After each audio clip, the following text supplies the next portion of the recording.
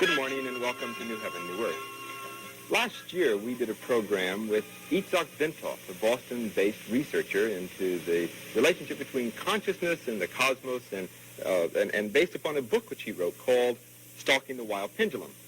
This book has since become somewhat of a bestseller among people who are interested in the relationship between consciousness and the cosmos, and we wanted to once again get an opportunity this morning to speak with Mr. Bentov. Ben Bentov is a wonderful, loving, kind man, brave, courteous, true, all the other kind things you can say.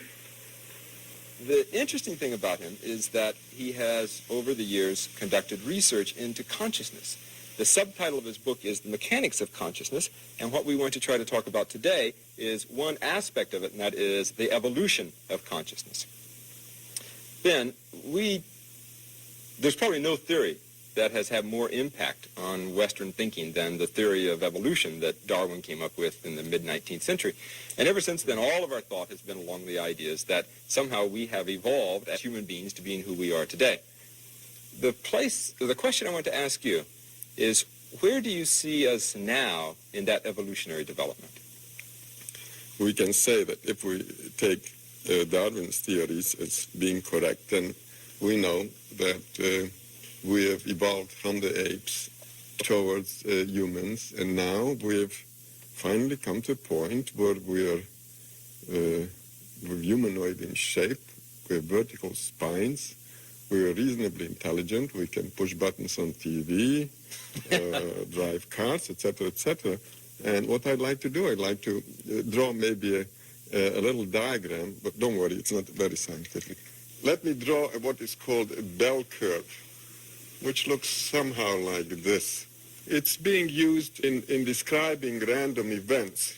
And the way this works is the following, that if we assume now, let's take a following situation. Take a little town that has maybe 1,000 people in it. And we have this great desire to find out what the average height of people in this town is. And therefore we go out with a yardstick and start measuring these people. Well, we find that a very small, very few number of people will be, say, 3 feet tall, and a very, very few of them will be maybe 7 or 8 feet tall. The bulk of the population will be right somewhere here. That is, the average or mean height of these people would be about 5 feet and 6 or 8 inches, something like this. Mm-hmm. Okay. So what we find here is that this bell curve gives us a good picture of where most of the population is. That is what typifies a population. We can use this diagram also to describe evolution. The bulk of the population today is this intelligent, more or less intelligent biped, all right, and with a vertical spine, and who pushes the buttons on TV and drives a car, etc., etc. Now, there is some backthrow. That is, there are some people here in this area, very few people who are still gorilla-like. That is, they are hairy. They beat their chest when they see their neighbors and a few other things. And then we have other people who are here in this corner, very few of them, who are very highly developed, because we say that evolution is now pushing mankind in this direction, away from the gorilla types towards the very highly evolved people. At this point, we're here. What's going to happen maybe 1 million years from now, 500,000 years from now? This curve is going to shift. It's going to shift like this. That is, the bulk of the population will be very, very highly evolved. We have gone away altogether from the gorilla types, no more gorillas.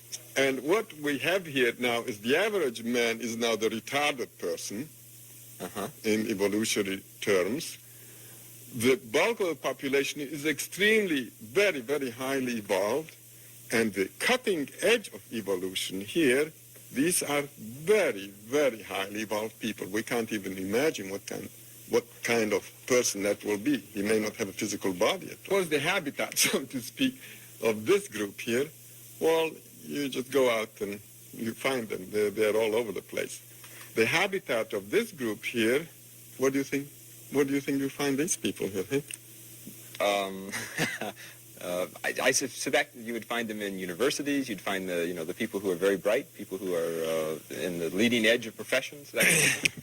I mean, it's an intellectual thing, isn't it? Well, I suggest that you find them in mental hospitals, in nut houses. And the reason for that is that these people, they live in a different reality, in a reality which is very changed, and few of them are adapted to live in this reality. So naturally, they can't function very well. So the only safe place, only good place for them would be the mental hospital, unless they can integrate their different view of reality with their daily lives. Now, if they can integrate it, then we have people like Newton, like Darwin, like Faraday. These are the so-called geniuses. The thing that I'm not certain that we have talked about is, what is it that is evolving? Let's put it this way. The nervous system is the thing that is evolving, and the nervous system is supported by a skeleton of bones and muscles and tissue, etc., etc.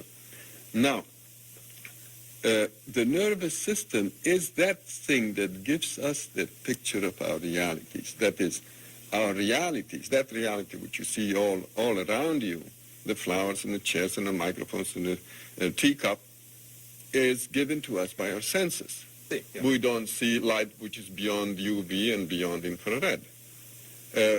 We hear only a limited scale of vibrations, like, for instance, we hear anywhere from 52 to 20,000 maximum. In other words, all our senses are limited.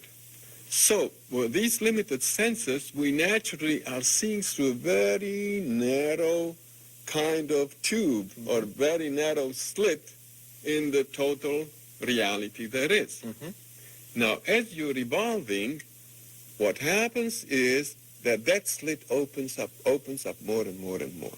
So you see more and more of that reality, and we assume that we see different realities. They're not very different realities, but rather a very extended, broad view of one very large reality. The Bible mentions maybe 4 to 6 colors maximum. Yeah. That is what people saw just bare maybe 4,000 years ago. Nowadays, we see hundreds and thousands of colors. That is, our visual system has evolved. Our fellow mammals, like cows and horses, see only black and white. So this is one example of the evolution of the nervous system. The senses are an extension of our nervous system. Our eyes, our ears, etc., are an extension of our brain, so to speak. Okay, so now, before you were talking about the people who were the mutants, either being in the mental hospitals or being geniuses. These are people who have expanded perception, and hence they can see a reality which ordinary people at this stage of evolution are not able to see. Correct. What is the nature of that reality which they're able to see? Well, that is classified as a non-physical reality sometimes. We can take an example, say, let's take a simple example. A family sitting at dinner table, and say there's a kid, maybe 15 years old, 16 years old, and he looks up and suddenly he says to his mother, "Hey, Ma, look at, there's our dead grandmother is standing in the corner." Mother looks around and says, "No, there's no grandmother there." And she says, "Well, kiddo, there's something wrong with you. You need help." You're crazy. So you're crazy. So she takes him off to the friendly neighborhood psychiatrist, and same thing happens. The psychiatrist will ask him, "Well, kiddo, what do you see?" "Well, you'll see, well, don't you see, doctor, over there in the corner, don't you see this person standing there?" Well, the psychiatrist turns around, "No, there's no such thing." Well, and then psychiatrist says, "Oh, young fella, you're in troubles," and then he writes out a little prescription for a little Thorazine or electroshock or whatever, and pretty soon, in a matter of 2 weeks, kid is back in shape, very normal. No longer sees the No longer sees anything. Yeah. So the process has been reversed. This is called a psychotic episode or acute schizophrenic break or whatever it is. And what you would say is that there's a good chance that that kid is seen. Very good chance that the kid has a spontaneous opening of his senses. So that the evolution has been rushed up or hurried up? Yeah. Now, this actually happens. There are techniques to do this. But the Eastern people, the yogis, have developed systems to do this, to push the nervous system rapidly. But it happens very often spontaneously without someone trying to do anything about it. And it just happens. And then, naturally, in the olden days, these kinds of things used to be called miracles. Yeah. And nowadays, there's no more miracles. Well, let's take this. And that's interesting, isn't it? Because you think of, what you call the spontaneous opening of expanded awareness. Correct. Right? I mean, that's sort of a lot of words to say something. But in an earlier time, it was called a miraculous occurrence. Yeah. Elevated consciousness. Right. A time of great revelation, of Sure. God speaking to you.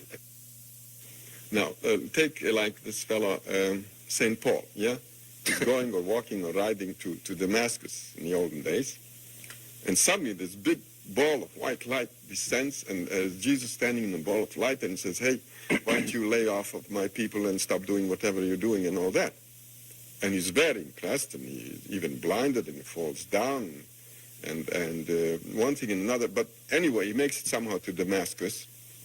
And there he starts a big campaign, and he talks about his experience and the big public relations thing, and he got the thing going. He got the church built, and the Judeo-Christian ethic came out of this, and bingo, and all the things that, that go with this. So we've got something. Yeah.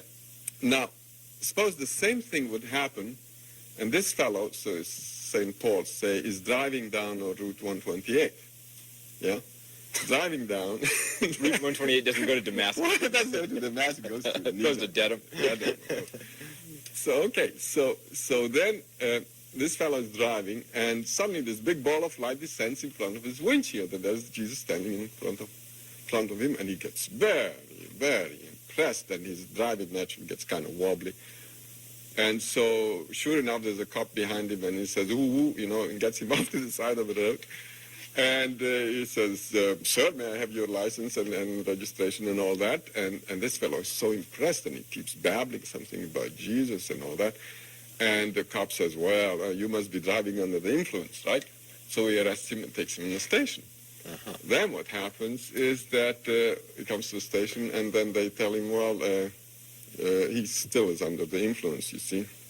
So they call an ambulance and send him off to the mental hospital. So now the reception desk, they interview him, a very short interview, and the guy puts down in the logbook that the fellow came in with an acute psychotic or schizophrenic episode with religious overtones. That's it. And this is what we did to the miracle. So we took the miracle and we ground it down really to gray powder. So no more miracles. Okay. Everybody is complaining that during the Bible times, on every page of the Bible, you have a miracle or two, and now there's no miracles. This is what we're doing to the miracles. We're just flattening them out. What is it that is evolving? Now, you talked about the nervous system evolving, right? But is there something else that is evolving that is able to be sensitive to this higher level of reality? We have this notion of a soul. Most people weren't talking about the soul. It's a kind of non-physical thing, it's highly theoretical. And so when you go to church, you take this soul out of the closet and polish it up a little bit, and then you go to church and you are one with your soul. Then you come back and put it back in the closet till next week.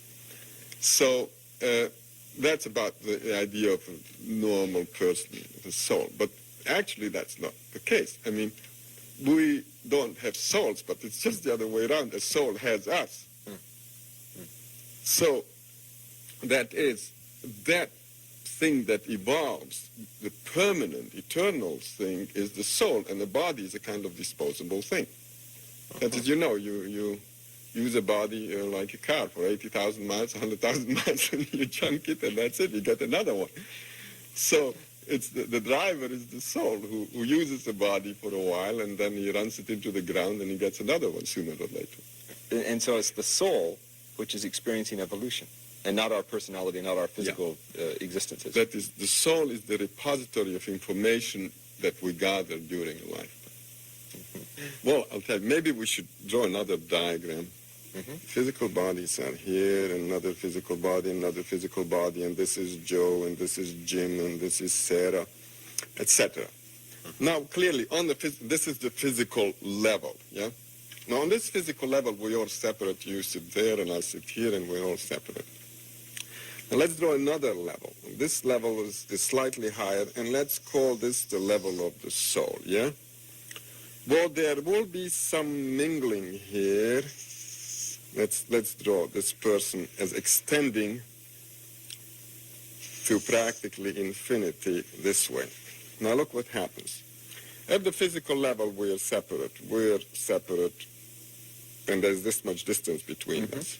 Let's say that on the soul level, this person extends this much, and the other person gets slightly mixed in with him. That is, the souls are in a way in touch with each other.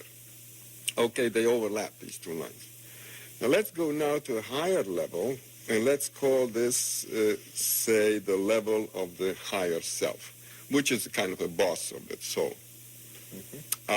There, what we find is that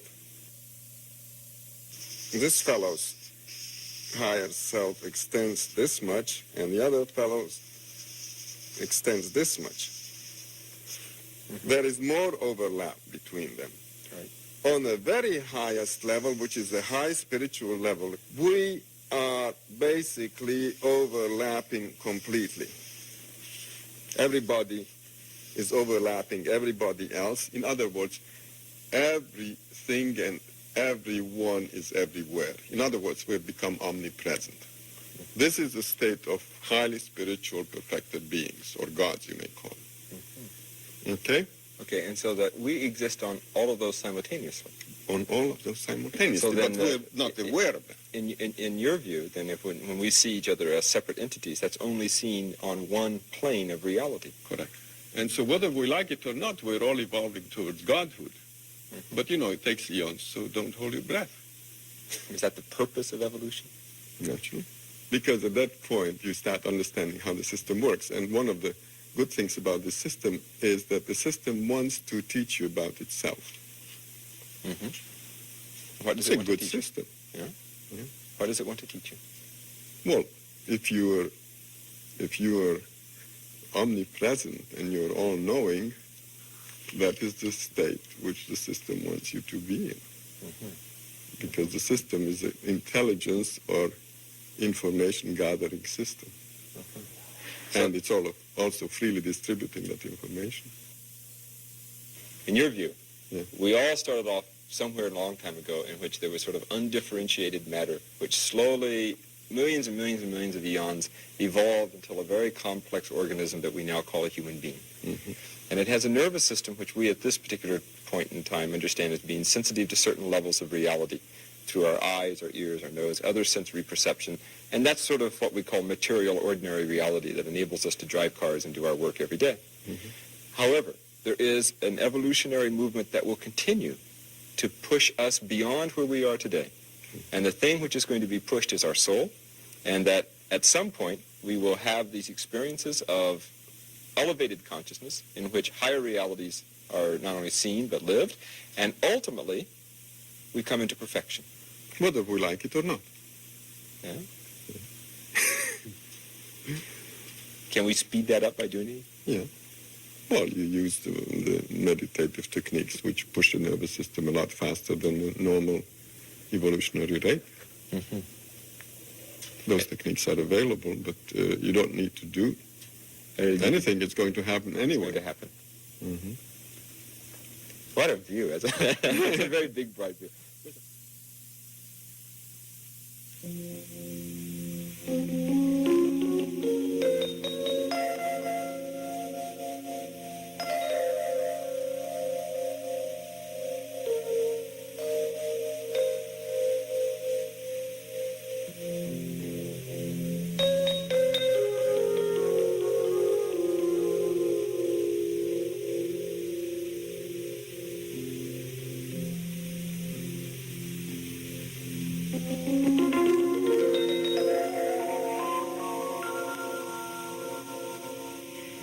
His full name was pronounced Itzhak Bentov, but to most people he was known simply as Ben.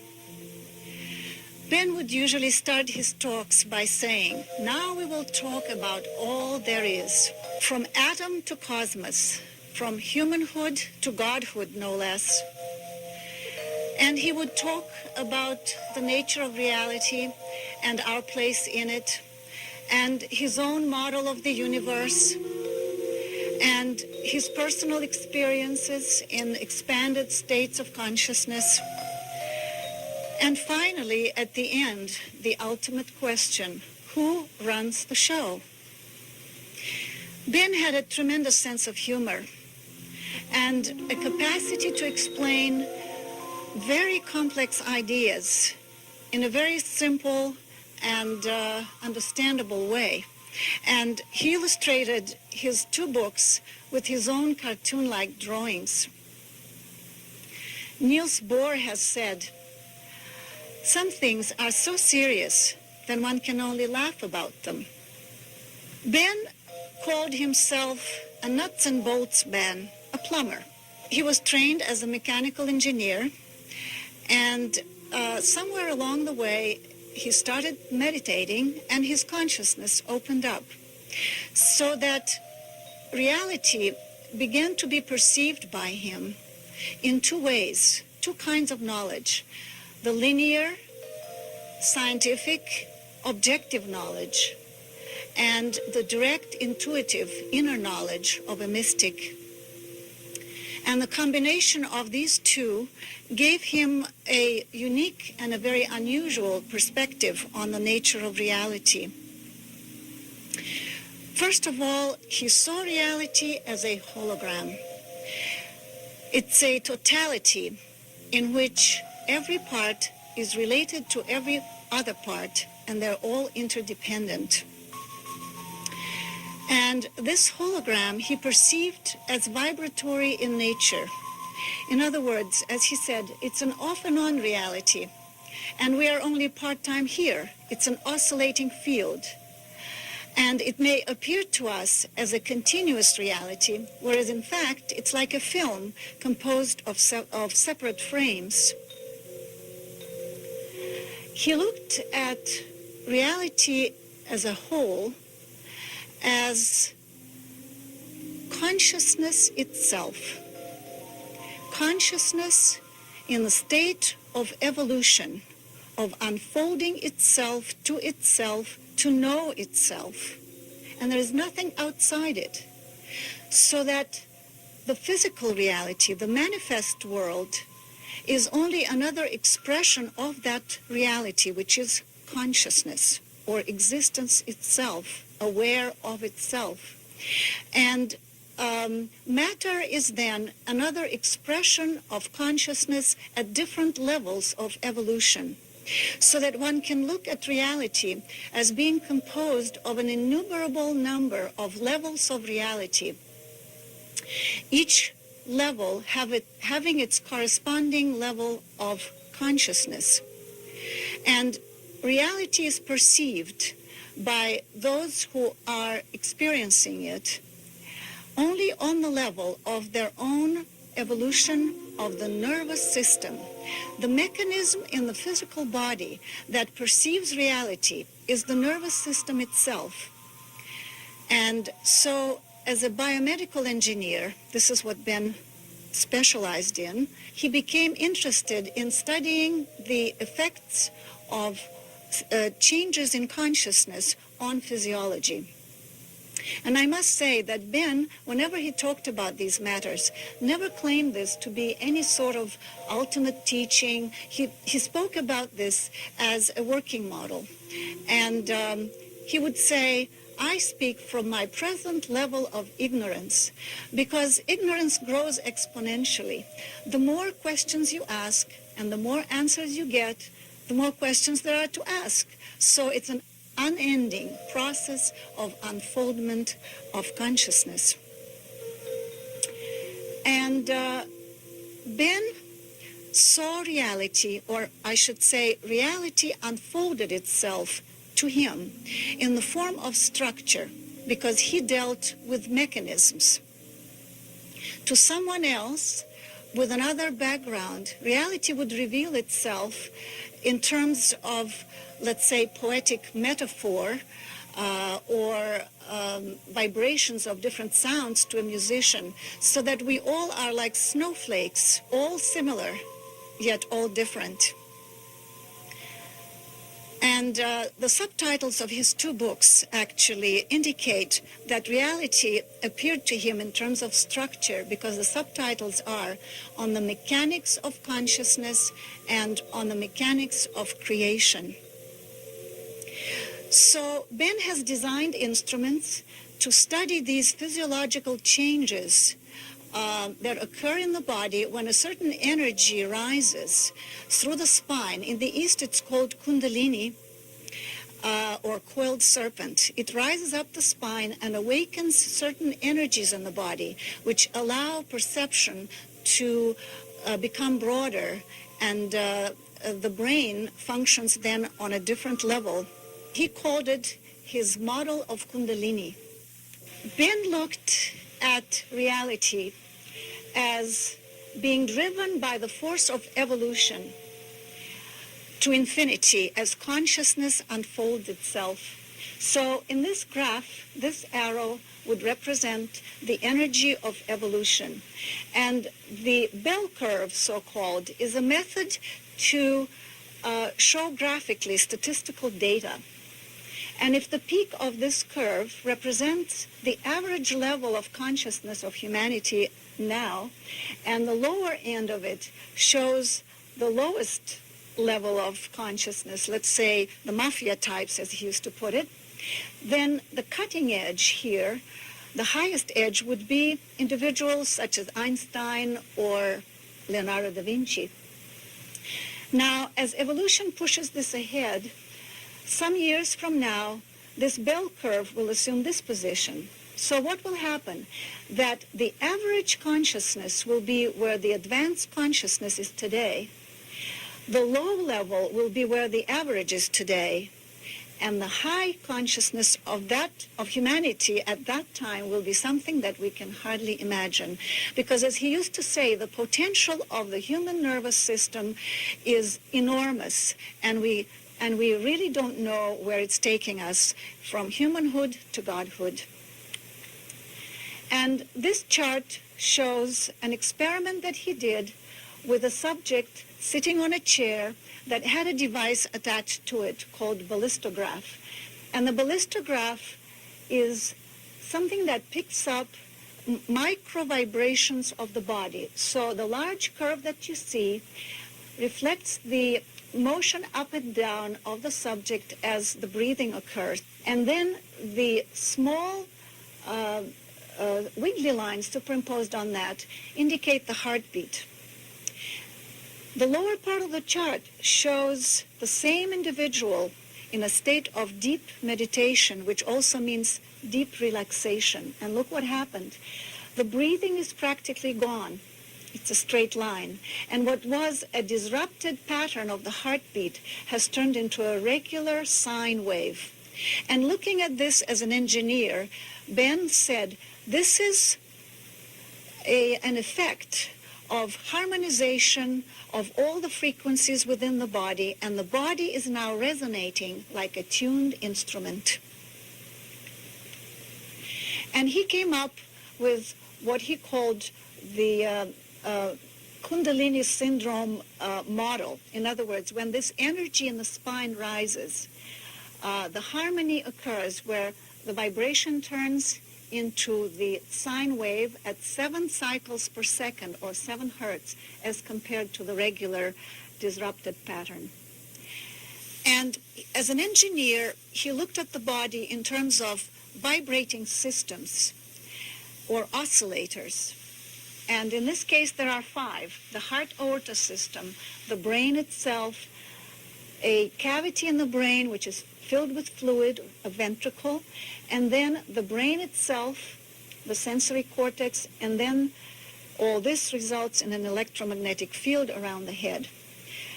A system which comes into harmony within itself becomes more powerful than others, and it will entrain, this is another term he used, it will entrain or pull after itself a system that is out of harmony. So once this oscillator or resonating system comes into harmony, it will trigger the rest one after the other.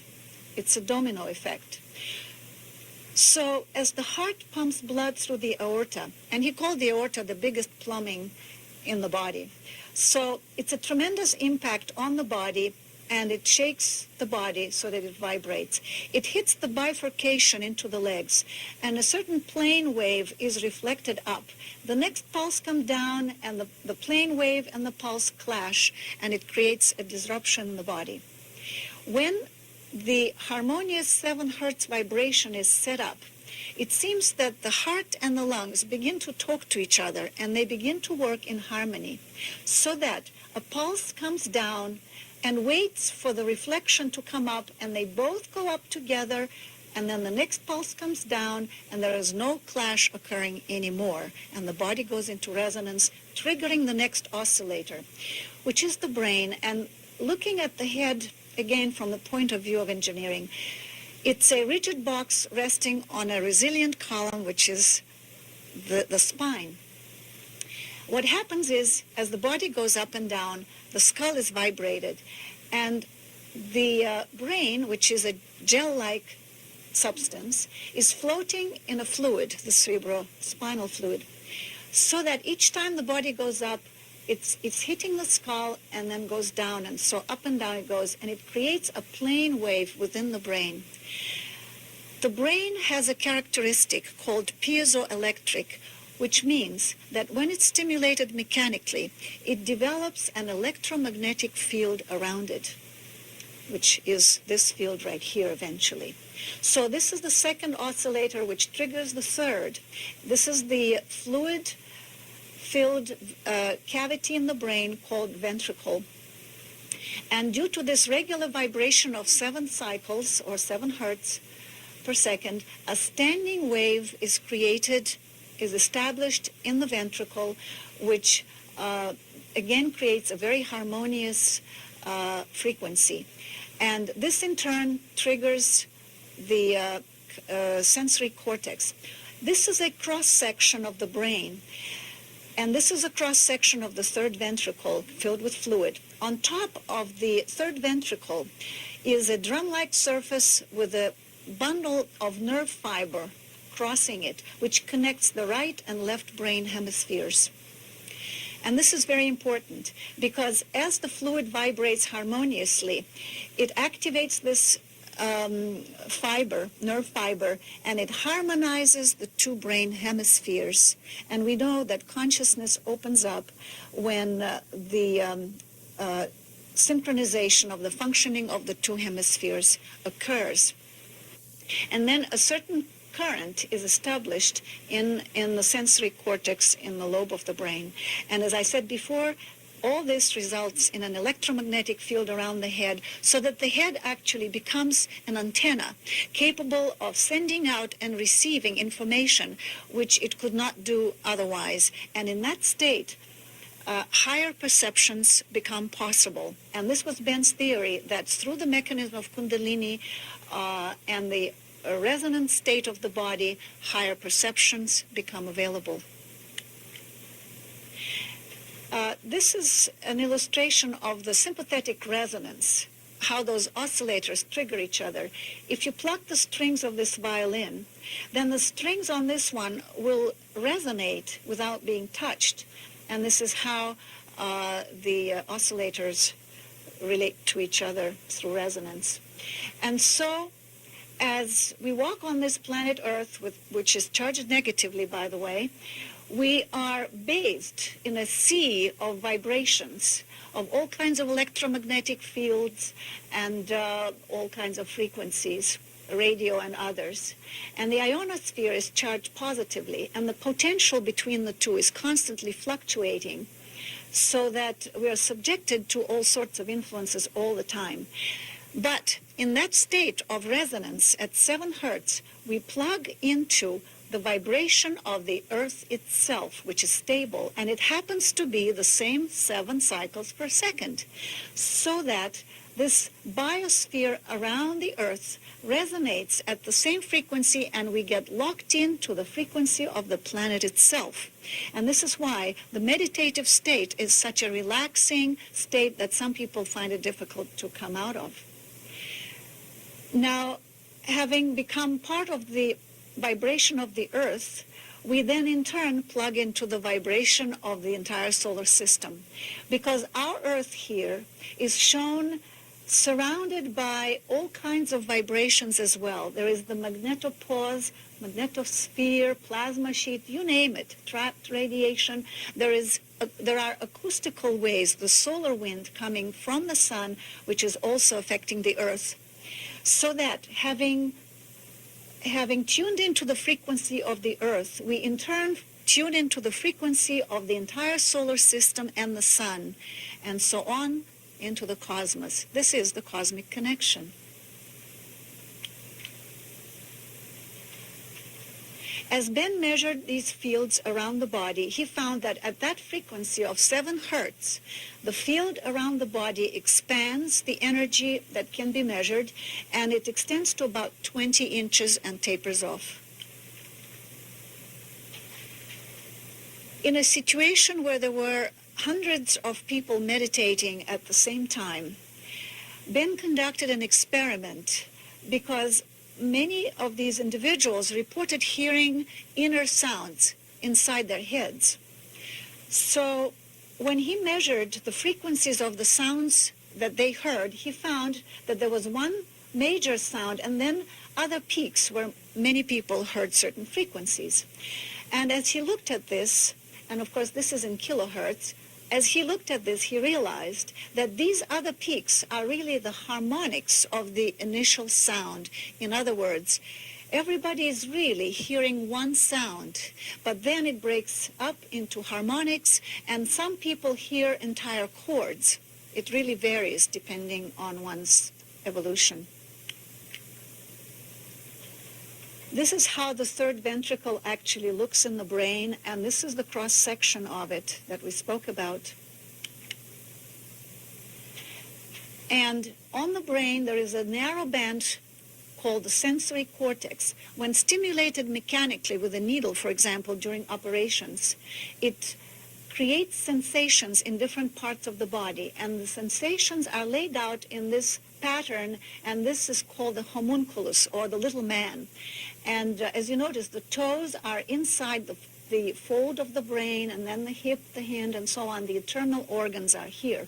So usually the signal goes to the sensory cortex and back to the motor system, telling the body what to do, how to react to the stimulus. But what happens in the Kundalini process, that this circuit becomes activated, and one begins to experience certain parts of the body spontaneously without them being actually stimulated physically. So one doesn't really know, is it happening in the brain or is it happening on the physical level?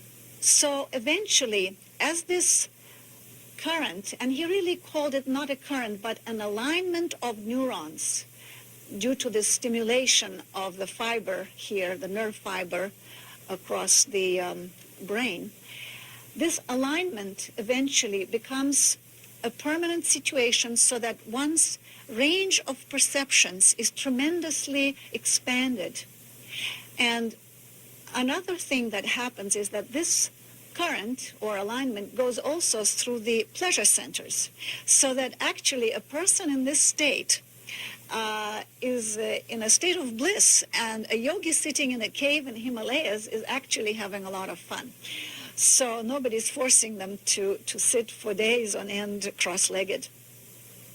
And as Ben said, you can speed up the process of evolution, but we're all on this conveyor belt, and nature is carrying us along, and we will get there anyway, from humanhood to godhood, whether we like it or not. So eventually, as this current continues, starts at the toe and goes up around the body, and it opens up certain energy centers in the body known as chakras.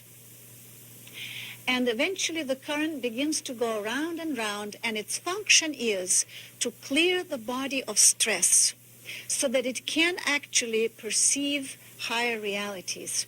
And if there is a blockage anywhere, it will keep pushing through that until it's cleared so that it can actually go further. And some people can experience great discomfort because of that and not understanding what the mechanism is. And Ben wanted actually to inform the medical community, particularly the psychiatric community, about the phenomenon so that certain symptoms would not be misdiagnosed sometimes as they are as schizophrenia or actually some physical illness, which it is not. Certainly this mechanism and this phenomenon was known in antiquity, and this pharaoh is saying, my status symbol is this, that my kundalini has risen to the center in the forehead. And in this painting, it's being said, again, it's all coded in these graphic patterns. This is saying, my kundalini has reached this level and has gone even beyond the pharaohs. So this knowledge really was quite universal. Now we will continue, and we will look at the way Ben looked at reality. Because what is it that gives us our reality? And it was described in his book, Stalking the Wild Pendulum, on the Mechanics of Consciousness. And I will talk later why he used the pendulum as the symbol of what he was talking about. We are dealing with two realities. One is this physical, solid reality that we get blue and black marks from, as he said, when we bump into it. But the information about it is given us by our senses. So that is our subjective reality. And so the two really are giving us the totality of our environment. So what is the objective physical reality? And let us look at the atom. If we magnify the atom and zero in on the electron, and now we think now we will get the answer to what physical matter is. But if we analyze the electron, all we find is an oscillating electromagnetic field. There's no physical matter as such. So we think, well, maybe the nucleus will give us the answer. And we zero in on the nucleus, and we find that it too is only an electromagnetic oscillating field in the void, because between the nucleus and the electron and outside of them, there is nothing but void, the same void that fills in the interstellar space. And the ratio of the distance between the nucleus and the electron would be analogous to a head of a pin in the middle of this room and something rotating around it 30 feet away. And the rest is void. So what is physical matter? Ben drew an analogy between the electron and the pendulum by looking at the cross-section, as it were, of the atom and comparing it to reciprocal motion. In other words, we see the electron now on this side, now on the other side of the nucleus, which would be the pendulum motion. So what happens in the pendulum? It stops, it moves, stops, and moves again. In other words, it's action and rest, action and rest. If you took an actual pendulum and would swing it and attach a pin to it, and you would draw a piece of paper under it like this, it would describe a sine wave. Here the pendulum moved and stopped, moved and stopped. And reality really are the spaces between the points of rest. We perceive reality when there is motion. And reality is really nothing but oscillating fields in the void. And the reason I can touch this screen and I don't go through the floor is because my atoms, or the electrons of my atoms, are actually repelling the electrons of the floor. But if I would speed up my vibration, then I could very well go through the floor. So that it's the interaction between the atoms in this reality that gives us the illusion of solid matter. So how do we get information about this solid physical reality? It is through our senses, through the subjective reality. So let's look at that. How does the neuron work? If this is a neuron, and this is the baseline when the neuron is at rest, when it's stimulated by something, and it doesn't care whether it's a loud noise or a bright light, it simply says, ouch, I'm being disturbed. So the more such spikes you have on the baseline, the more intense the stimulus. But somehow through a miracle of our physiology, our brain can construct our reality out of these spikes that simply indicate a stimulation of the nervous system. And we see beautiful flowers and animals and the sky and so forth. And as we know, our senses are very inadequate. They're very limited and imperfect. Even bees, for example, can perceive ultraviolet light, and dogs can hear the ultrasonic. So that we see reality through our senses only through a very narrow slot. And the rest is really unknown to us. And so we're looking at the physical objective reality, which is oscillating, as we saw, through another system, our subjective reality through our nervous system, which also perceives it through action, rest and action and rest and action and rest. So one oscillating system is looking at another oscillating system, and the picture is very blurred indeed. We can extend our realities through instruments, telescopes and microscopes, but in the final analysis, it is only our senses that give us the knowledge. So our subjective reality then is the sum of impressions conveyed by our senses, coded in periods of action and rest, which are oscillating electrical states of the nervous system. And we're constantly comparing one thing to another. Otherwise, we would not perceive reality. For example, if the muscle of the eye is anesthetized, then we do not see anything, because the eye needs to scan all the time in order to see something.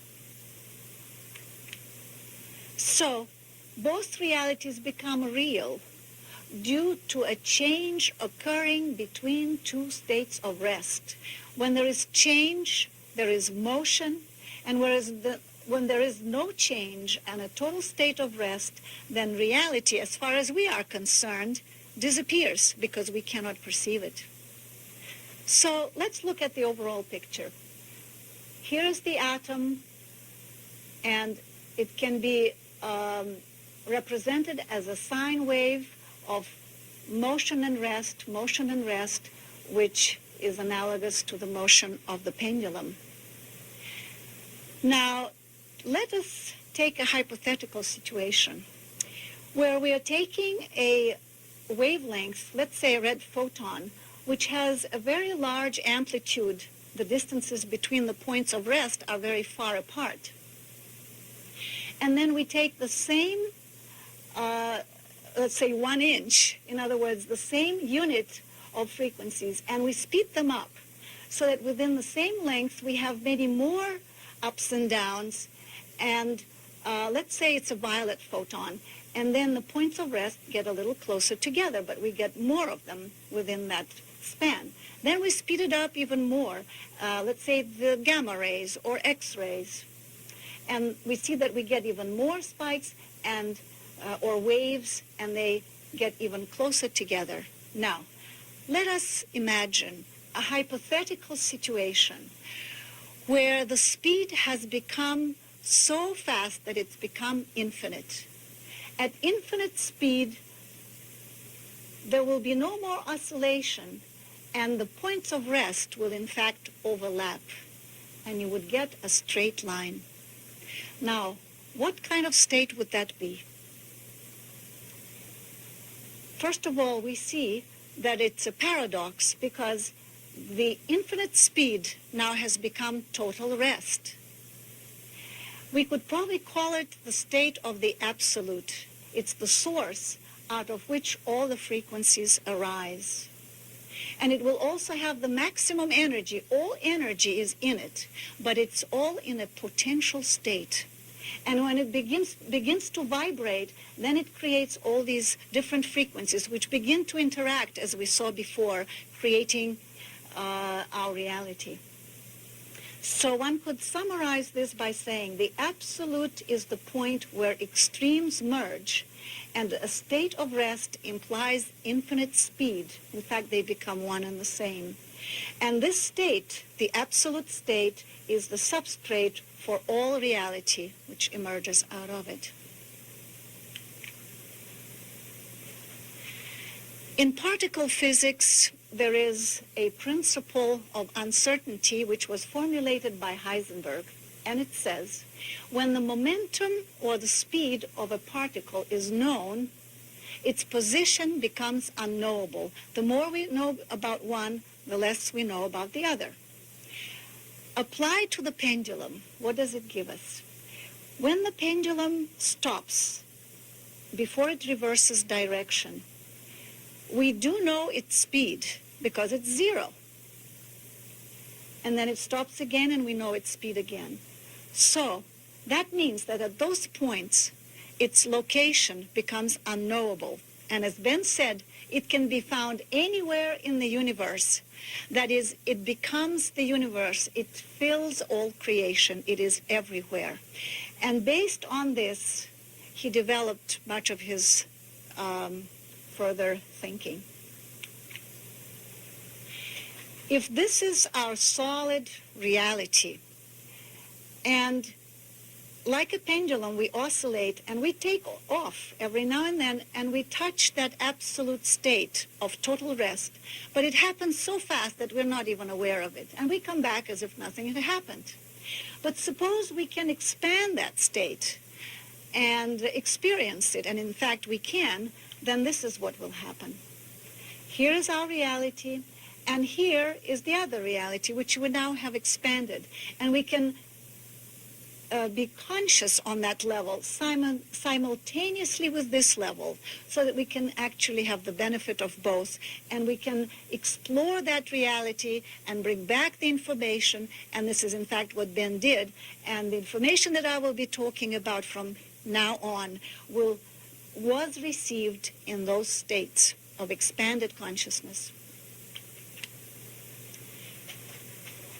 Usually in those states of expanded consciousness, there is a different perception of time. People who come out of those states usually say, time has stopped, or at least it's slowed down. What is happening here? And to put it in some kind of perspective, Ben designed this diagram. This is our time-space, and this is the now moment where they cross, which is going from the past into the future, the eternal now moment. And we can project 1 second on it, 2 seconds on it, and so forth. It's very reliable, and we can measure it, and we can catch trains on time and be to work on time and so forth. However, superimposed on that are 2 other vectors of space-time, which are our subjective space-time. And usually they overlap, and we don't even know the difference. But in altered states of consciousness, there is a deviation. And by altered states, we can mean sleep or meditation or those deep altered states. And the angle of deviation actually determines the depth of that state. And look what happens. If we project 1 second, we see that now in this position of the subjective time, we have 2 seconds for 1 objective second, which means that our time has already doubled. Now visualize the situation where the subjective time tilts more and more and more, where it practically becomes parallel with objective space. And this is what it would look like.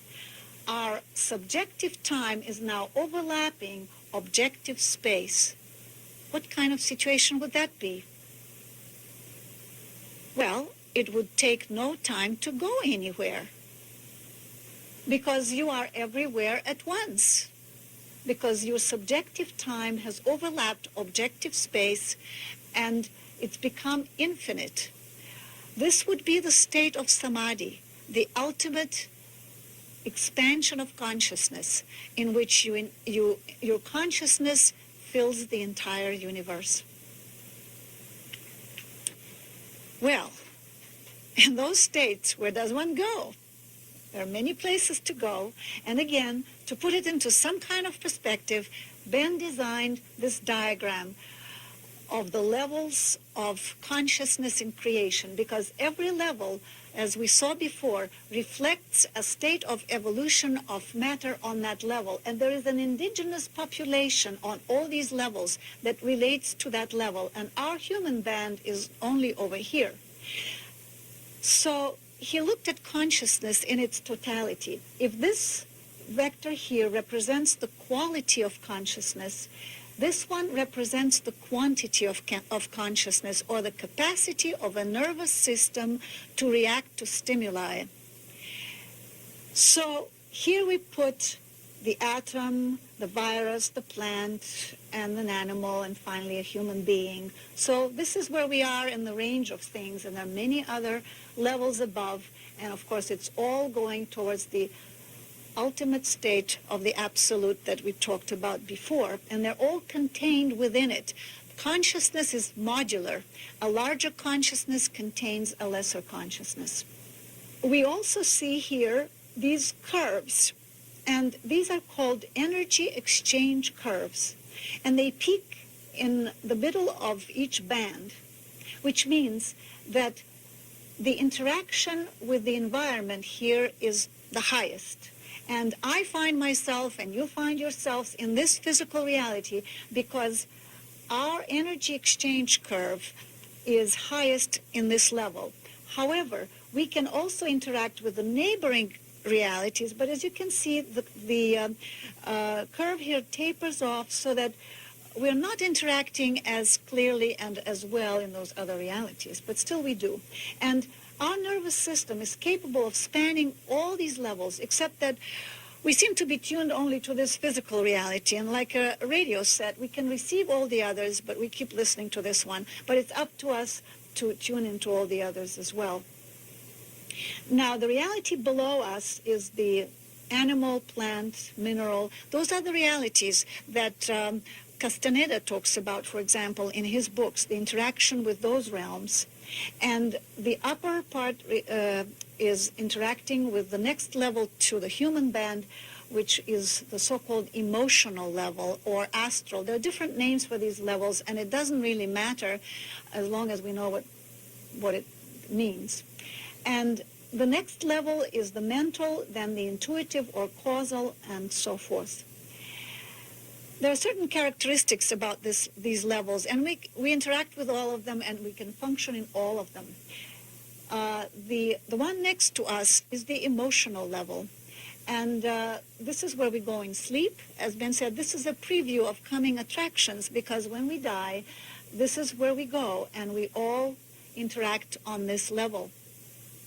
The next level is the mental level, and emotions, in fact, are not allowed there, so that before you can cross the boundary, it's almost as if there is a customs official who says, any emotions to declare, and down you go if you can't release emotions that are negative. Actually, the emotions such as fear or anger. However, love, which sometimes is perceived as an emotion, is what Ben called is the glue of the universe. And without it, in fact, you can't even go higher.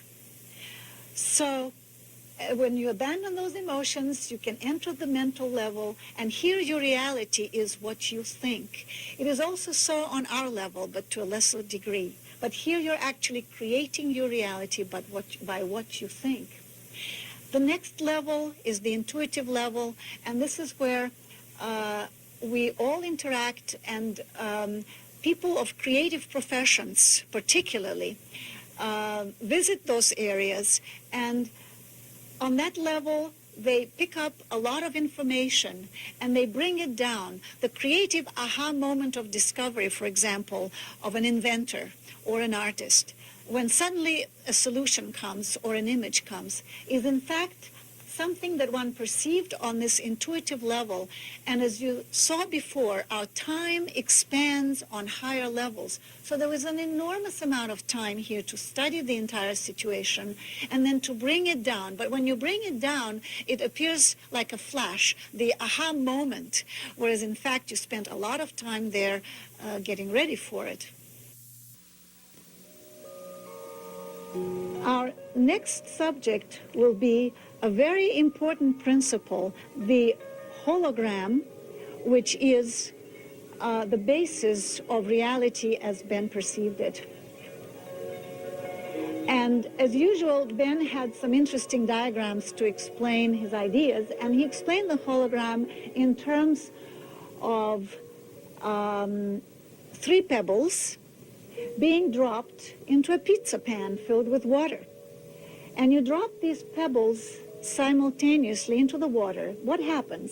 Each pebble announces what happens to it. In fact, it's screaming, "Help, I'm drowning in a pizza pan." So it sends out these wavelets that reach every point on the surface of this water. And every pebble does that.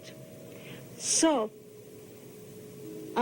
if we take this water now, which resulted in a pattern of wavelets that now clash into one another, all this information about the pebbles, and it's called the interference pattern. In cross-section it would look like that.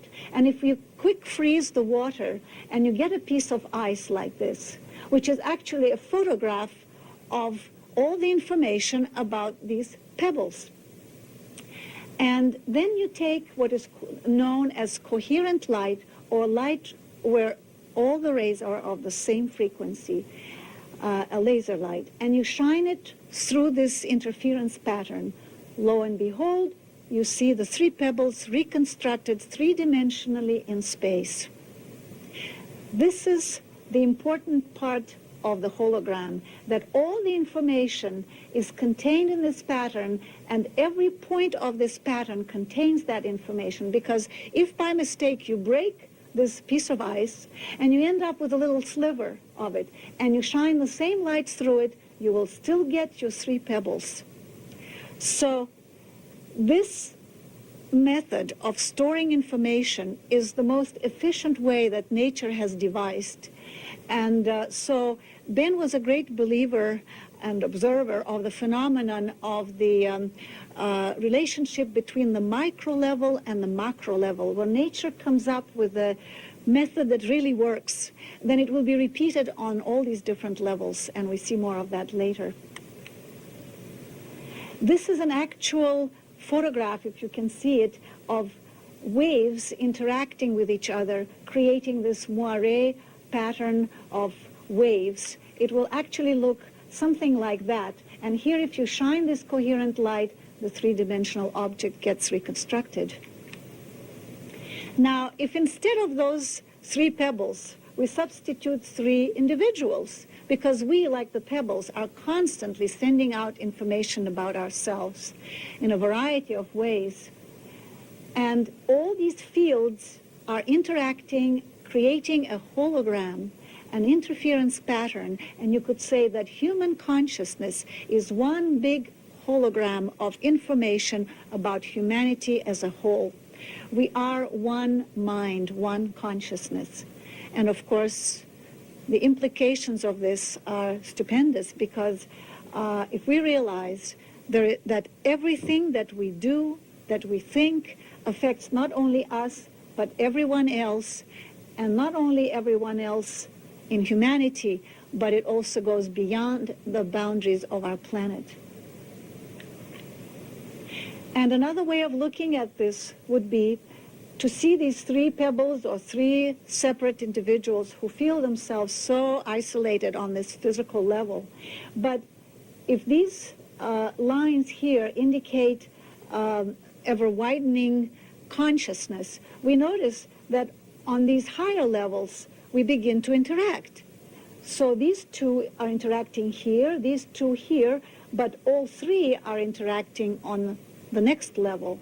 And if you visualize humanity being composed of these separate dots and billions of us, then on the highest level, we are all interacting and we are all one. And of course, you can look at it in reverse, that here is human consciousness, all one, and it sort of percolates down or dribbles down into these separate units, and we all think that we are so separate. And as we interact, we entrain each other.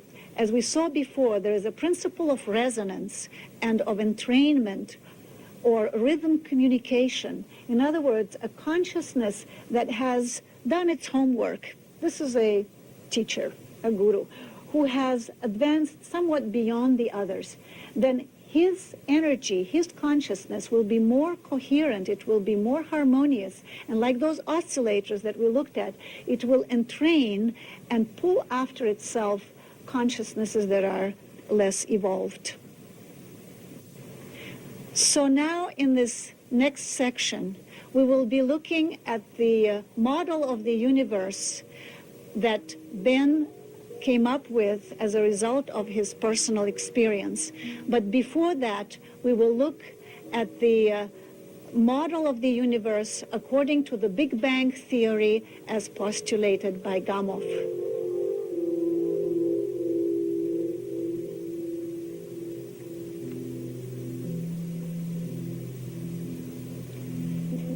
In the infinite dark void, all energy, all space-time were condensed at one point, the cosmic egg. And this cosmic egg, for a reason we'll never know, exploded. And it exploded evenly in all directions, and the energy went out in the form of light radiation, photons. Gradually, stable particles were formed, protons, neutrons, and gases began to form. Helium and hydrogen gas were formed. And the gases condensed into stars with heavier elements forming in their cores. And the stars were condensing into galaxies, into clusters of spiral and other galaxies. And as the stars aged, they turned into red giants. And in dying, they would explode, scattering cosmic dust through the universe. And this cosmic dust containing heavier elements would condense again into clouds and new stars and planets.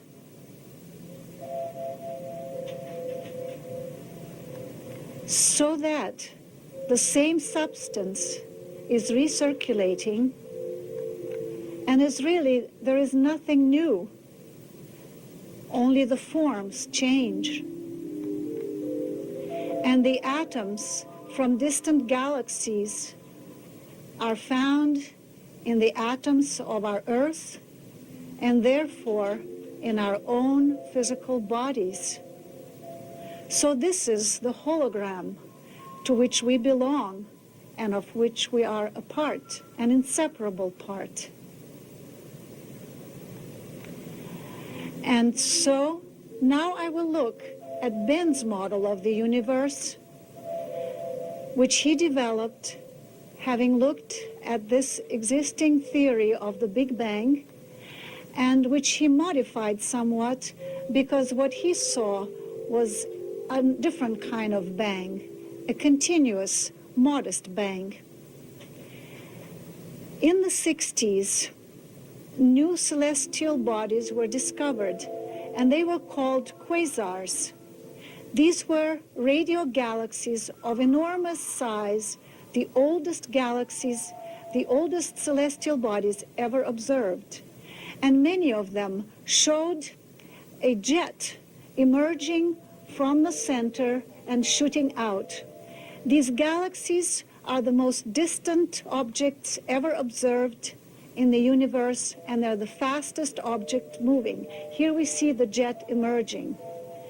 And as I mentioned before, Ben was a great believer in the analogy of the micro level reflecting the macro level. And based on the evidence produced by the quasars, he came up with this model of the universe.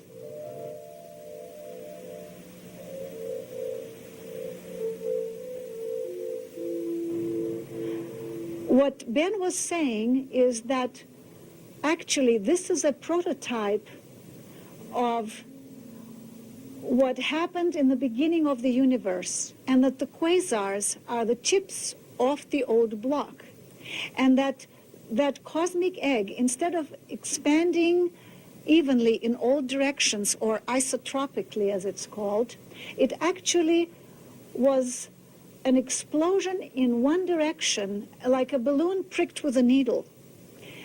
And what would happen if you had a jet emerge from this original cosmic egg? There was nothing around it. It was the only thing in that vast void. So this jet would be pulled back in upon itself by this gravitational mass. It would be analogous to holding up a water hose, and the water would eventually fall down and then rise again, and this would be the current that would be established. So it would be a continuous bang, a modest but a continuous bang.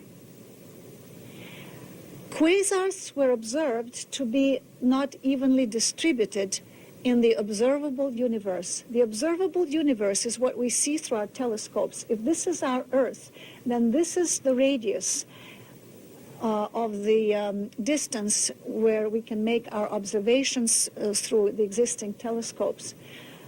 Quasars were observed moving faster and being further away in the North Galactic Pole. And in the South Galactic Pole, they were more concentrated and slightly off the true pole by about 30 degrees. So when Ben looked at that, he realized that there was anisotropy. In other words, there was an uneven distribution of quasars. This was an element that somehow contradicted or brought in a new element into the Big Bang theory. And this is what he developed as his own. So this would be the structure then. This is the core of the structure, which is called torus, T-O-R-U-S, a melon-like structure. And matter emerges from the center in the same sequence as we saw before, condensing from light radiation, from photons to stable particles and so on. Then it expands, and visualize this as a three-dimensional form, goes around and gets pulled back in upon itself into the black hole. This is a white hole and a black hole back to back.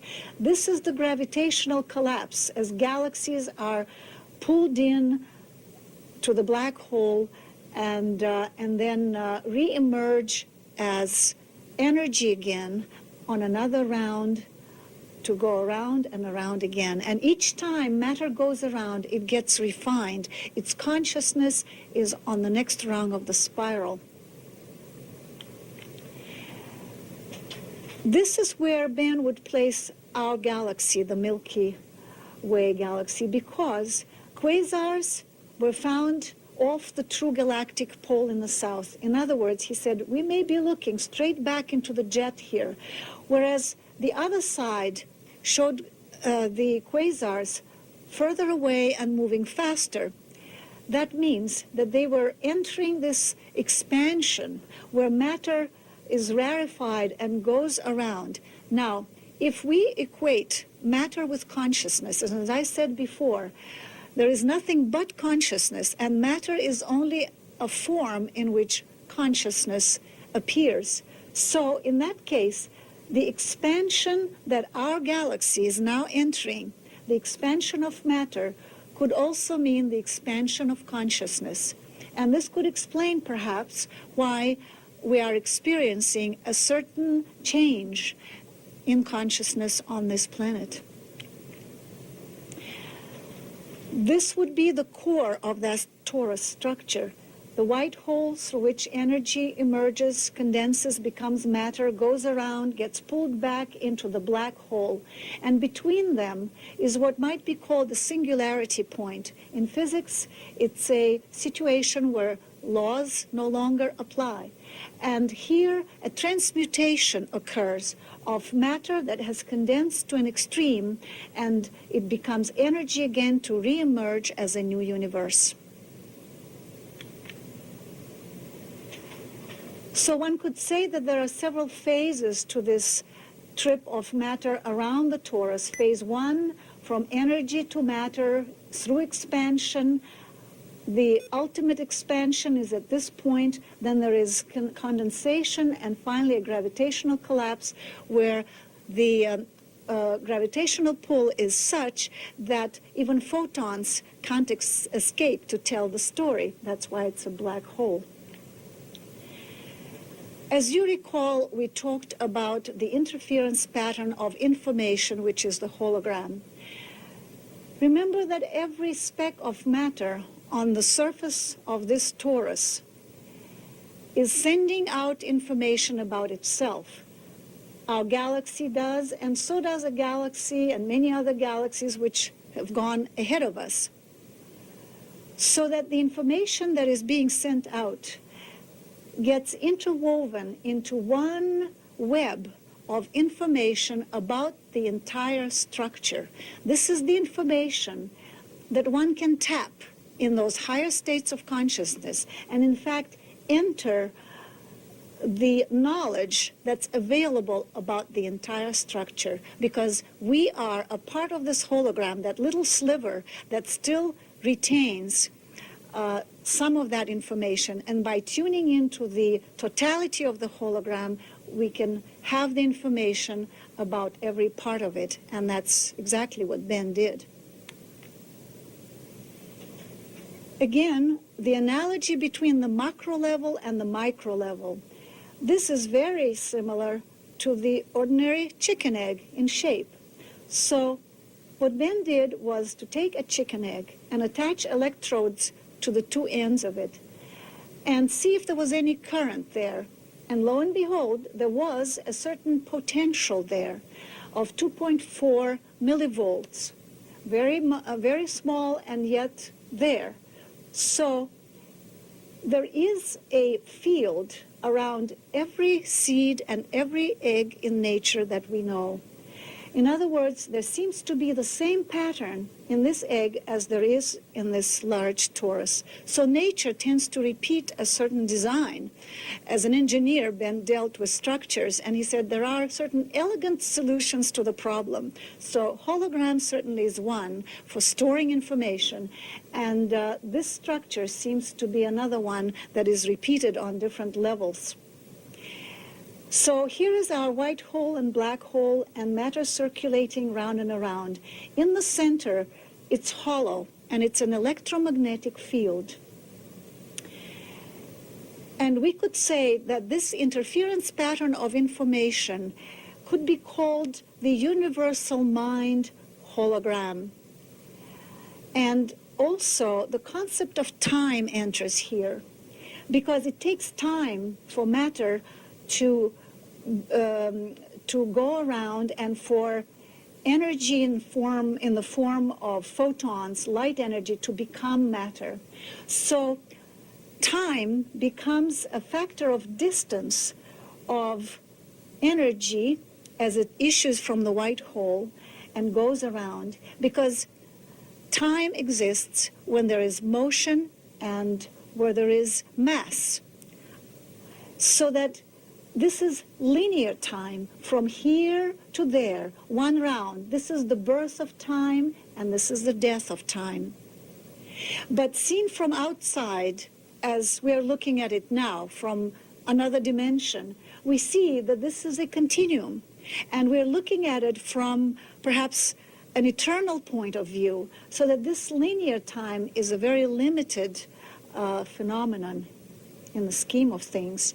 And it is the force of evolution again that keeps driving this along. And Ben used to say that the torus is a distilling column of consciousness, that this structure actually is refining consciousness, which is equivalent to matter, as matter is recirculated through this black and white hole. There is a field like that around the human body, and the different frequencies interact, creating nodes. And also, medicine is moving into a new field, new energy medicine or vibrational medicine. The body is seen as a field of interacting electromagnetic or electric fields. And a new medicine is really emerging. So now we will look at Ben's personal experience through those higher levels of creation. And these he described in his book, which he called A Cosmic Book on the Mechanics of Creation. As I said before, he saw things in terms of structure. So, on that journey into the expanded states of consciousness, it's like a guided tour. You can ask questions and you get answers, and once you understand and you say, okay, I got it, the slide changes, the page is turned, and you're shown new things. So he asked, well, I've seen that model of the universe. In fact, he did perceive it in an expanded state. And then he started figuring out what it's all about. So having seen it, he said, well, it looks like a bounded structure. There must be something beyond it. I want to know. The moment the question is asked, his consciousness finds itself in this vastness of the infinite void, and the process is shown and explained to him. In the vastness of the dark void, a certain part becomes activated. This is where action will take place. And a light describes a certain territory. He called it proto-matter. This is a matrix which will be eventually filled with matter, like the Chinese checkers, which get filled with those little marbles. And this field begins to polarize. As we saw before, the field, the ultimate field of the absolute, which the void is reconciling the opposites. So the opposites of the plus and minus are together. So they begin to separate, and it's like unscrambling scrambled eggs. And the tension is enormous because they don't really want to be separated and they want to come back together again. But this is what creates the dynamics of manifest creation, because you need the polarization in order for action to occur. So what happens next is this. As the two ends want to come together, there is finally a tremendous pull, and one side reaches the other, and a sound actually fills creation. This is the sound, the first word, that creates different frequencies of vibration, and they begin to interact within this structure, and a certain current gets established and starts going around. Then there is a secondary sound, and a droplet is left in the middle. This becomes the focal point of this structure. And this is the white and black hole that we saw before. This is the consciousness whose body this is. The matter of this torus is like an oak tree in relation to the acorn. This center here, the black-white hole, is the consciousness that has the blueprint for this structure, and it's learning through the interaction of its parts, through all the particles that go around and get refined, and their consciousness is getting higher and higher each time around. this point grows in the process. It evolves. And what would you call a consciousness that is in charge of the universe? What is a consciousness whose body the universe is? And as Ben said, well, you would call it a creator. And he didn't know whether to call it a he or a she. He would say, you can't say it's a chairperson of the universe, but it is the creator of the universe who is evolving by experiencing his body in this way. Well, once you have seen this, you want to know more about it, because again, this is a bounded structure, so there must be more. And we, with our finite mind, cannot grasp infinity or eternity, so we want to see what's next. And so the moment you ask, again, the next picture is shown to you and explained. And what you see are more such luminous toroidal shapes appearing in the void, and as you approach, you see that they are arranged in a spiral, 7 universes per each rung of the spiral. This seems like a lot to take in at first, and you begin to count and you realize that there are 7 rungs to the spiral, which means that there are 49 universes. And on top of that structure, there appears to be a very luminous something, and as you approach it closer, this brilliant white light seems to have a shape such as, and as you approach, you see that they are arranged in a spiral, 7 universes per each rung of the spiral. This seems like a lot to take in at first, and you begin to count and you realize that there are 7 rungs to the spiral, which means that there are 49 universes. And on top of that structure, there appears to be a very luminous something, and as you approach it closer, this brilliant white light seems to have a shape such as this. And Ben, being familiar with the Hebrew language, looked at that and he said, no, I must be programming myself. This looks like the Hebrew letter Aleph, the first letter of the Hebrew alphabet. And immediately the explanation comes. No, this is not a Hebrew letter. This is an interference pattern of 4 energies interacting on this level, on this cosmic level. And they create this pattern, which is a consciousness whose body this is. This consciousness contains the consciousnesses of all the 49 creators. In other words, consciousness is modular. As we saw before with the ducks, a more evolved consciousness, a larger consciousness, will contain the lesser ones. As Ben was looking at all these things, he said, I'm just a tourist. I'm snapping pictures and bringing them back. I don't know what I'm looking at. And I'm just one of you all. We're all on this cosmic journey on a bus, except some of us have window seats and some have aisle seats. I happen to have a window seat, so I can share with you what I'm observing. So he had no explanations for these except that he was seeing something and then asking questions.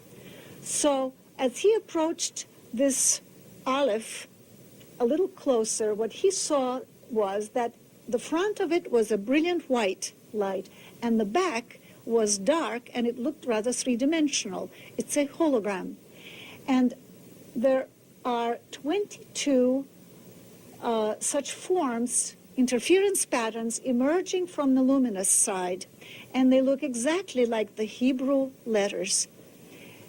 And he was explained again that these are interference patterns that were observed by seers in antiquity, and they incorporated them into the Hebrew letters, into the Hebrew alphabet, but they are there objectively to be observed. On the other side, the same forms emerge, but in a random, mixed-up order. And he was explained that these interference patterns are transducers of the Aleph energy down to the physical level. They step it down further and further to the physical level. And this whole diagram actually illustrates the law of the cosmic level, because what it's really saying that evil is simply ignorance of the law. The proper sequence of these characters is knowledge of the law, but a mixed up order is ignorance of the law, which then becomes evil. And what is the law? And when you ask the question, you're shown. Close up, this is the structure. The Aleph breaks itself down into 3 centers, 3 chakras, each one having these interference patterns in them, which look like Hebrew letters, and each Hebrew letter has an equivalent numerical value, so that everything is actually modular and structured. Each center has its own frequency in terms of color. The center, which is love, Yah, is gold. The center representing the will, Kol, is blue, and the center representing the creation is pink. When Ben looked at that, he realized that the white light of the Aleph, representing wisdom, is a combination of all these colors. And these are actually frequencies active on that level which create these holograms. Now, the law that we talked about before, the cosmic law operative on this level, is interpreted in a very ingenious way.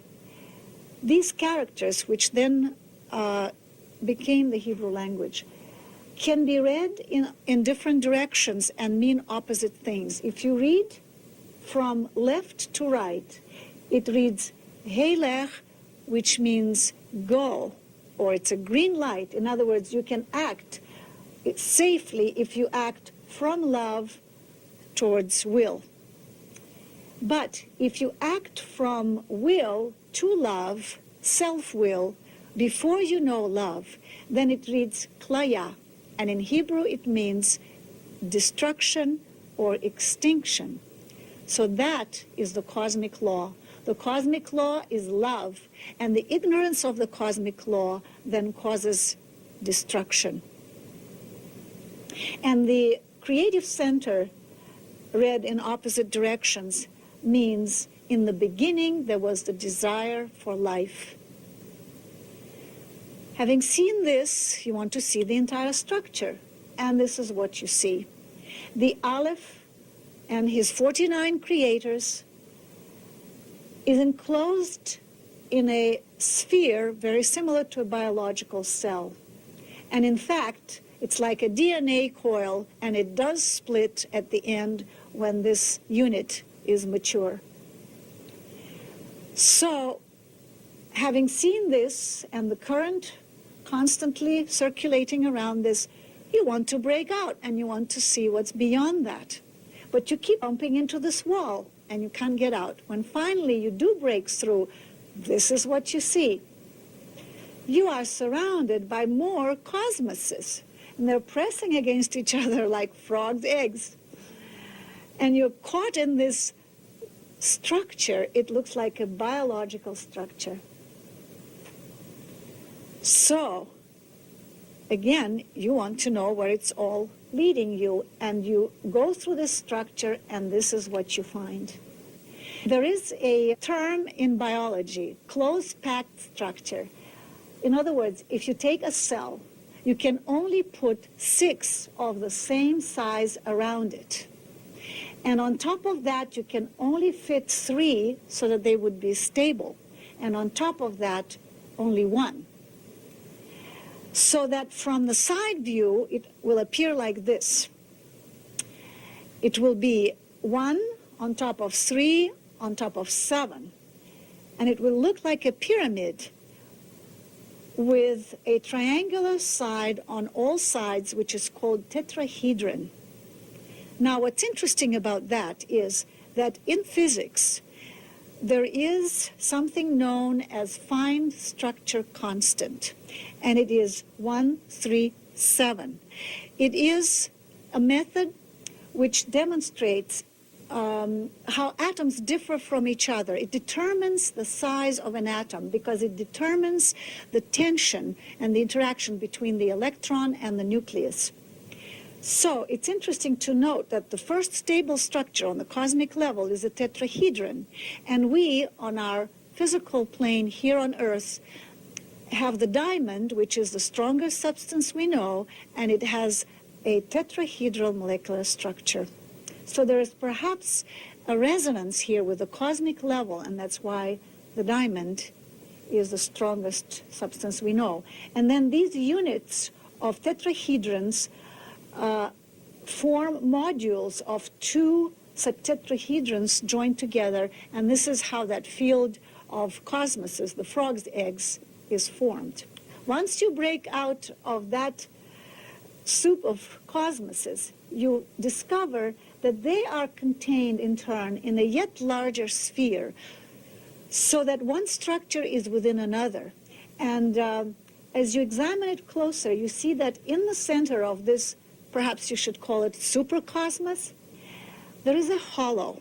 And inside that,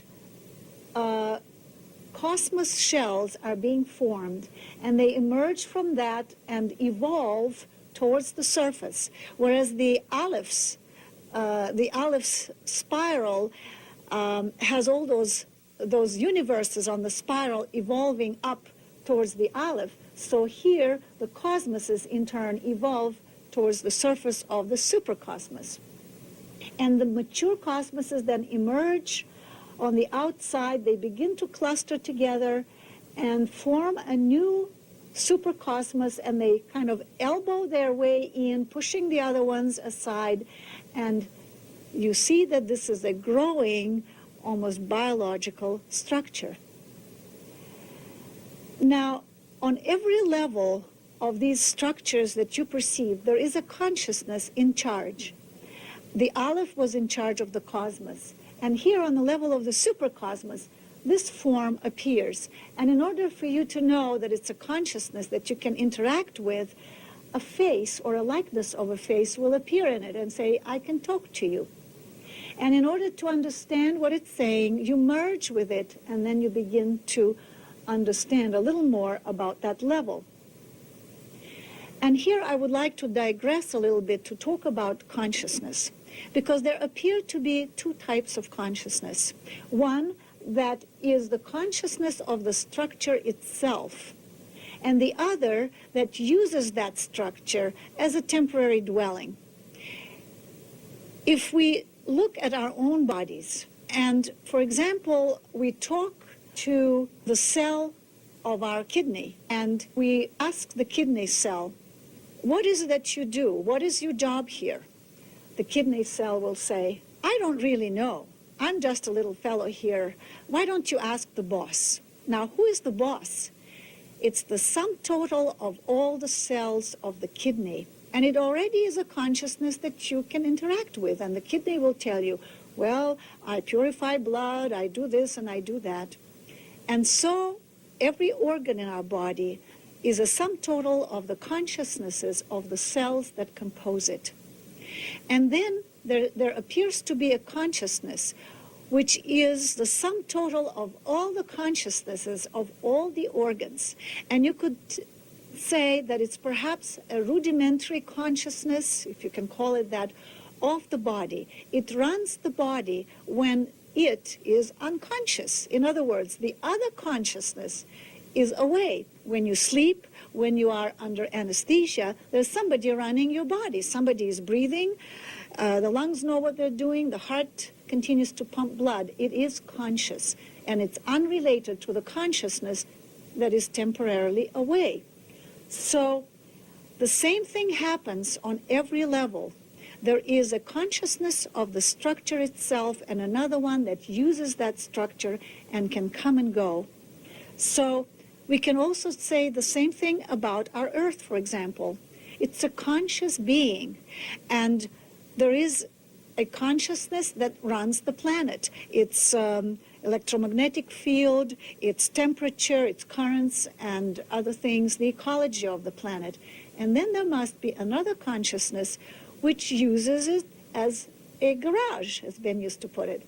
And it can come and go. It's a much larger consciousness. And so it's true of the sun and of every other level as you go up. So Ben perceived these consciousnesses as abstract forms that would appear on different levels, and they would communicate with you, and you can learn from them. We saw this on the supercosmic level. Then comes the Ankh, the cross, the two triangles, the two crossing, and then something that looks a little bit like the Egyptian pharaoh, the first human form that runs the 7th level. There were 7 levels in all, and each level ever simpler, ever larger, and comprising the levels that were below it. As I said, consciousness is modular. So, as you go through all these levels, finally, you come to a level where all these levels are contained in one sphere, the manifest creation. Everything visible and invisible, everything that ever existed is in it. And around it is this infinite dark void, which is the consciousness itself. And as it vibrates, as we saw before, it creates manifest creation. So as you come closer to this, you begin to discern what appear to be rotating disks covering its surface. And as you look closer, this is what you see.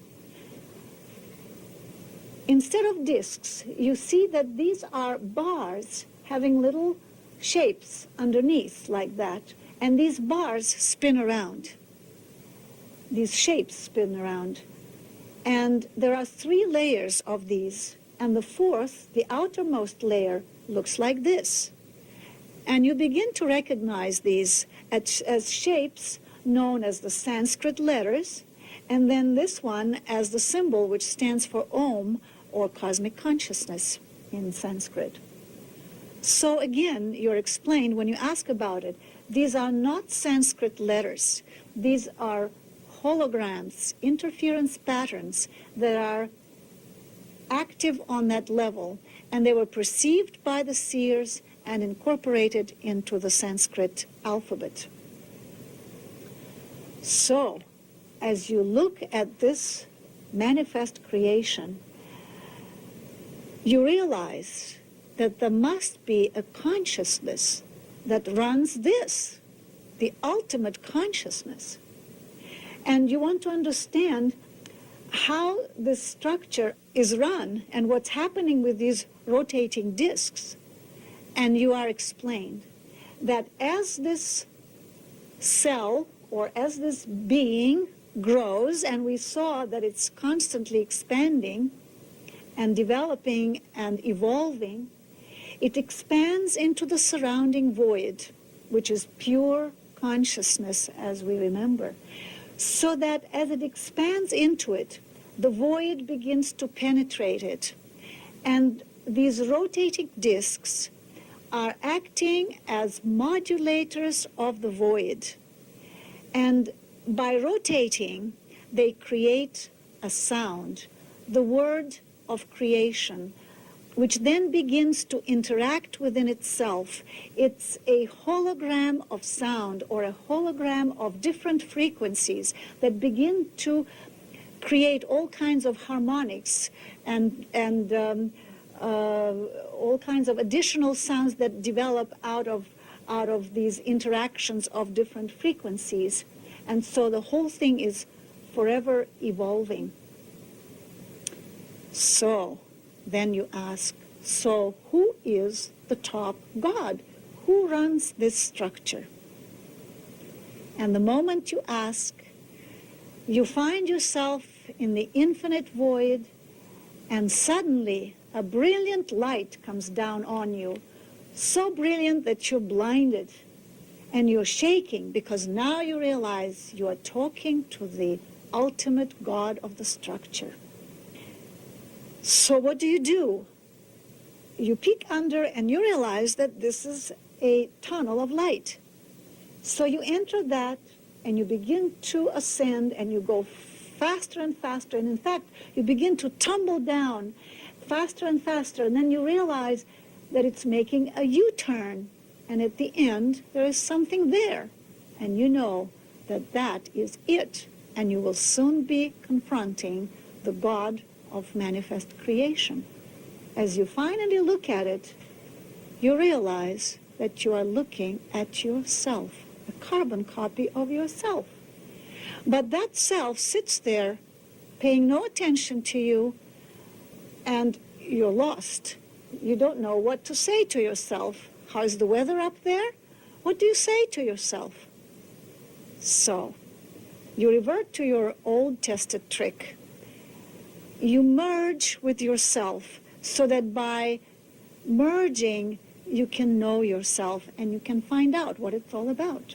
So, you turn around and you slowly back into yourself like into a tight garage. And when you finally do, what happens is that there is a tremendous bang and you become the void. Because you are the consciousness, which is the void. And that part of you that had never left has always been the void.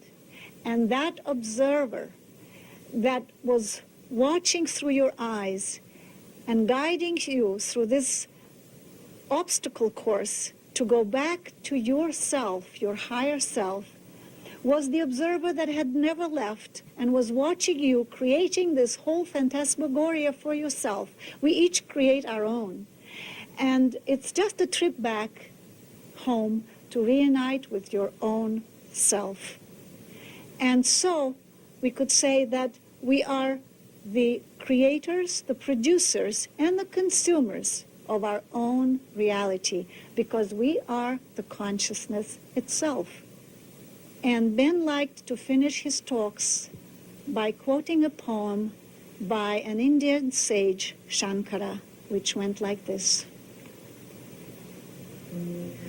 On the vast canvas of the self, the picture of manifold worlds is painted by the self itself. And that supreme self, seeing but itself, enjoys great delight.